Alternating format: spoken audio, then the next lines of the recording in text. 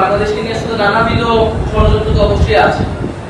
এই ঘটনাগুলো সেই ষড়যন্ত্রের অংশ কিনা সেটা আমরা এখন এই মুহূর্তে বলতে পারবো না, কিন্তু আমাদের এখন যে একটা কাজ এই ঘটনাকে থামাতে হবে, এই বিষয়গুলোকে থামাতে হবে, আইন শৃঙ্খলা পরিস্থিতি আরো উন্নত করতে হবে, কঠোর করতে হবে আমাদের নারীদেরকে। এবং যেই নারীরা এই জুলাই আন্দোলনে প্রধান শক্তি ছিল, বলে এই জুলাই আগস্ট বিপ্লবের পরে এই বাংলাদেশে নারীদের নিরাপত্তা নিশ্চিত হবে, এটা আমাদের সর্বোচ্চ প্রায়োরিটি, সর্বোচ্চ এজেন্ডা।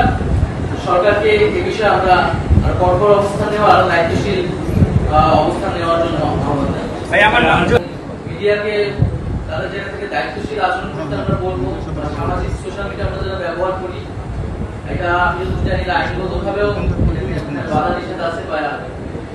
আর ভিকটিমের পরিবার, তাদের নাম বা তাদের এই পরিচয় যাতে আমরা মিডিয়া বা সোশ্যাল মিডিয়ায় যেটা প্রচার না করি, এবং তাদের সামাজিক নিরাপত্তার বিষয়ে আমরা একটা রাজনৈতিক দল হিসেবে অবশ্যই পরিবারগুলোর পাশে থাকবো বলেছি।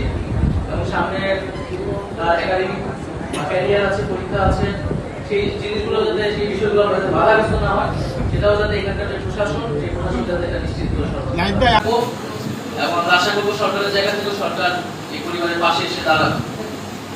এবং এটি আরো উদ্বেগজনক একটি বিষয় আমাদের সামনে এই ঘটনা আসলে একটা উদাহরণ তৈরি করে যে আমাদের যে সঙ্গীত পরিবার গুলো রয়েছে সারা দেশে, তারা এক ধরনের রাজনৈতিক এবং সামাজিক অনিরাপত্তার মধ্যে দিয়ে আসলে যাচ্ছে কিনা, এটি আমাদের ভিতরে কিন্তু প্রশ্ন তৈরি করেছে।